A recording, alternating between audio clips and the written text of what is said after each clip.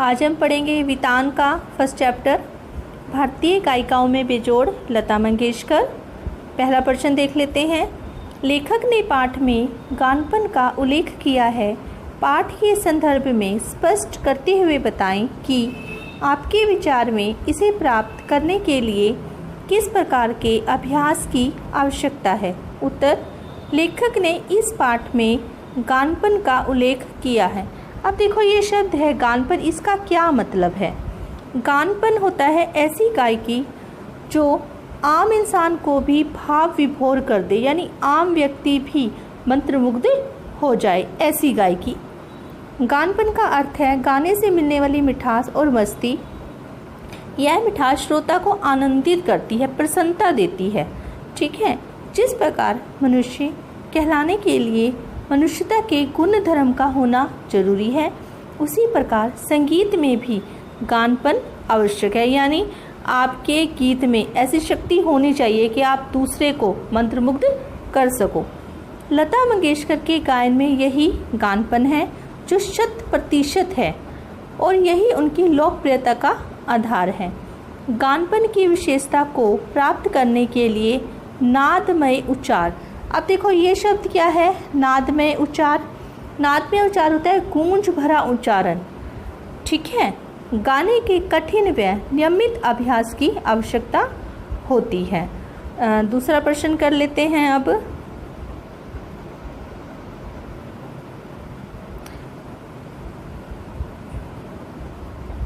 लेखक ने लता की गायकी की किन विशेषताओं को उजागर किया है। आपको लता की गायकी में कौन कौन सी विशेषताएं नजर आती हैं, उदाहरण सहित बताएं। देखें उत्तर। लता जी की गायकी बेजोड़ है, यानी बहुत अच्छा गाती हैं वो। इसमें वह जादू है जो श्रोताओं को मंत्रमुग्ध कर देता है, यानी जो भी कोई उनका गीत सुनता है क्या हो जाता है, मंत्रमुग्ध हो जाता है, आत्म विभोर हो जाता है। लेखक ने लता जी के गायन की निम्नलिखित विशेषताओं की ओर पाठकों का ध्यान आकर्षित किया है। सबसे पहला है गानपन व सुरीलापन। वह मिठास जो श्रोता को मस्त कर देती है, यानी जो लता जी की गायकी है, उनका जो सुरीलापन है वह श्रोताओं को क्या कर देता है, मस्त कर देता है, आनंदित कर देता है। स्वरों की निर्मलता। लता के गायन की एक मुख्य विशेषता उनके गायन की निर्मलता है। देखो, अगर किसी भी गायक में निर्मलता नहीं होगी, उसके स्वरों में निर्मलता नहीं होगी, वो बनावटीपन होगा, तो कभी भी उसका गीत किसी भी दूसरे व्यक्ति को आनंदित नहीं कर पाएगा। ठीक है। नाद में उच्चार। गीत के किन्हीं दो शब्दों का अंतर स्वरों के आलाप द्वारा सुंदर रीति से भर देना, जिससे वे दोनों शब्द विलीन होते होते एक दूसरे में मिल जाते हैं। स्वरों का अंतर यानी किस समय धीमे स्वर में गाना है, किस समय ऊंचे स्वर में, इस चीज़ का ज्ञान एक गायक को होना चाहिए। उच्चारण की शुद्धता। लता के गाने में उच्चारण की शुद्धता पाई जाती है, यानी शब्दों का उच्चारण बहुत सही ढंग से वो करती हैं। कोमलता व श्रृंगार की अभिव्यक्ति। स्वर में कोमलता होने के कारण उन्होंने श्रृंगारपरक गीत ऐसी मधुरता से गाए हैं कि वे श्रोता के हृदय को मुग्ध कर देते हैं। श्रृंगारपरक होते हैं प्यार मोहब्बत वाले गीत। ठीक है, वो श्रोता को क्या कर देते हैं, मुग्ध कर देते हैं। तीसरा प्रश्न देख लेते हैं। लता ने करुण रस के गानों के साथ न्याय नहीं किया, जबकि श्रृंगारपरक गाने वह बड़ी उत्कटता से गाती हैं। इस कथन से आप कहाँ तक सहमत हैं। अब देखो ये उत्कटता क्या शब्द है, व्याकुलता। उत्कटता का मतलब होता है व्याकुलता। एक संगीतक होने के कारण शायद कुमार गंधर्व सही भी हो सकते हैं, परंतु मैं उनकी इस बात से सहमत नहीं हूँ, क्योंकि उनके द्वारा यह मेरे वतन के लोगों गाना इतनी भावपूर्णता और करुणता से गाया गया था कि वहाँ बैठे प्रधानमंत्री जवाहरलाल नेहरू की आंखों में पानी ले आया। इसी प्रकार उनके अन्य गीत जैसे रुदाली फिल्म में गाया गीत दिल हू हू करे और ओ बाबुल प्यारे गीत भी कुछ इसी तरह की करुणता से गाए गए।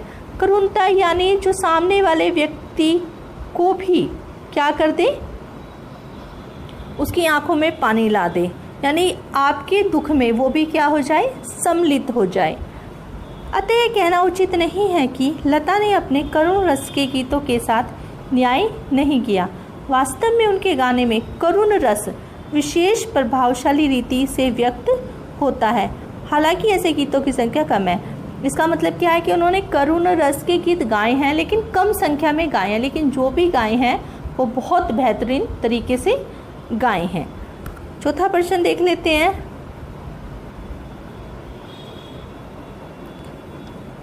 संगीत का क्षेत्र ही विस्तीर्ण है। विस्तीर्ण होता है विस्तृत। वहाँ अब तक अलक्षित मतलब क्या होता है, अज्ञात, अदृष्टि, असंशोधित और अदृष्टिपूर्वक ऐसा खूब बड़ा प्रांत है। तथापि बड़े जोश से इसकी खोज और उपयोग चित्रपट क्या होता है, फिल्म को कहा जाता है चित्रपट, के लोग करते चले आ रहे हैं। इस कथन को वर्तमान फिल्मी संगीत के संदर्भ में स्पष्ट कीजिए। देखिए उत्तर, संगीत में अपार संभावनाएं छिपी हुई हैं। यह क्षेत्र बहुत ही व्यापक और विस्तृत है, बड़ा है बहुत। इसमें बहुत से राग, धुनें, ताल, यंत्र और स्वर अनछुए रह गए हैं। बहुत से सुधार होने अभी शेष हैं। अभी कई सारे नए प्रयोग होने बाकी हैं। वर्तमान फिल्मी संगीत को देखें तो हमें पता चलता है कि रोज़ नई धुनें, नए प्रयोग और नए स्वर सुनने को मिल रहे हैं। आपने देखा होगा आजकल पुराने और नए को मिक्स मैच करके बना देते हैं ना गाने, एल्बम बन रही है। पुराने को कुछ इस तरीके से, कुछ उसमें ताल, उसमें स्वर का कॉम्बिनेशन दे दिया जाता है कि वो कैसा लगता है, पाश्चात्य संगीत जैसा होता है ना, इस टाइप से बना देते हैं आजकल। आज शास्त्रीय संगीत के साथ लोकगीतों, प्रांतीय गीत, पाश्चात्य गीतों को बड़े पैमाने पर अपनाया जा रहा है। अब देखो शास्त्रीय संगीत क्या होता है, जिसको क्लासिकल म्यूजिक आप कहते हो, है ना, जैसे कथकली, भरतनाट्यम, ये हमारे शास्त्रीय संगीत हैं। ठीक है, आजकल हम कई लोकगीतों का पाश्चात्य संगीत में भी बड़ा अच्छा तालमेल देख रहे हैं। आजकल के जो गायक हैं वो कुछ नए प्रयोग कर रहे हैं। ठीक है, कहीं से कुछ भी मिक्स मैच करते हैं और क्या बना देते हैं, गाना बना देते हैं। इस तरह हम देखें तो वर्तमान फिल्मी संगीत नित्य नवीन प्रयोग करने में लगा हुआ है, यानी रोज नए क्या कर रहा है, प्रयोग कर रहा है, जो सबको पसंद भी आ रहा है। हालांकि यह श्रोता के हृदय में स्थायी प्रभाव छोड़ने में असफल रहा है। ये गीत ऐसे हैं कि आपको जिस समय चल रहे हैं उस समय तो अच्छे लगेंगे, लेकिन एक जो छाप होती है ना, स्थायी छाप कहते हैं जिसको छोड़ देते हैं, वो करने में यह असफल है। लोग आज भी पुराने गीत गुनगुनाना पसंद करते हैं और पुरानी फिल्मों के गीतों की ही चर्चा करते हैं। पांचवा प्रश्न देख लेते हैं। चित्रपट संगीत ने लोगों के कान बिगाड़ दिए हैं। अक्सर यह आरोप लगाया जाता रहा है। इस संदर्भ में कुमार गंधर्व की राय और अपनी राय लिखें। उत्तर देख लेते हैं। कुमार गंधर्व इस आरोप से सहमत नहीं हैं कि चित्रपट संगीत ने लोगों के कान बिगाड़ दिए हैं। उनके अनुसार चित्रपट संगीत से संगीत में सुधार आया है। इसके कारण ही लोगों को इसके सुरीलेपन की समझ हो रही है। पहले के बहुत सारे ऐसे गीतकार हैं जिन्होंने किसी कोचिंग से, ठीक है, संगीत की किसी कोचिंग सेंटर से संगीत की वो नहीं ली ट्रेनिंग, लेकिन आजकल तो इतने थिएटर हैं, ठीक है, लोग प्रैक्टिस करवाते हैं इतनी। आज संगीत में लोगों की रुचि बढ़ रही है। आपने देखा होगा आजकल छोटे छोटे लिटिल चैम्प्स वगैरह के प्रोग्राम होते हैं ना, उसमें छोटे छोटे बच्चे, 2 साल 5 साल के बच्चे भी परफॉर्म करते हैं। आज सामान्य जन भी इसकी लय की सुषमता को समझ पा रहे हैं। चित्रपट संगीत संदर्भ में मेरे विचार कुछ अलग हैं। भले ही चित्रपट संगीत से संगीत में सुधार आया है, परंतु वह बात केवल पुराने संगीत तक ही सिमट गई है।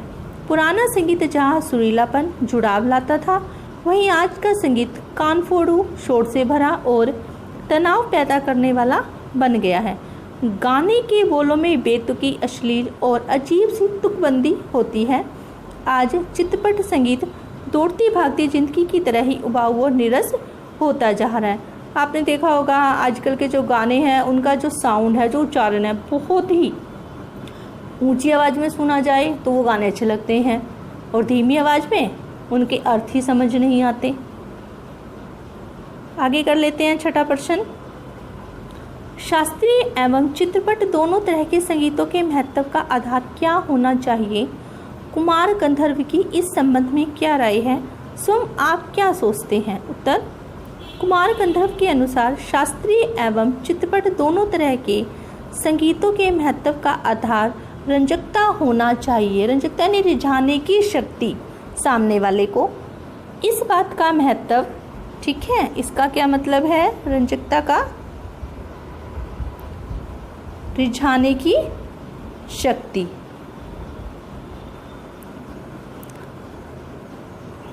इस बात का महत्व होना चाहिए कि रसिक को आनंद देने का सामर्थ्य किस गाने में कितना है।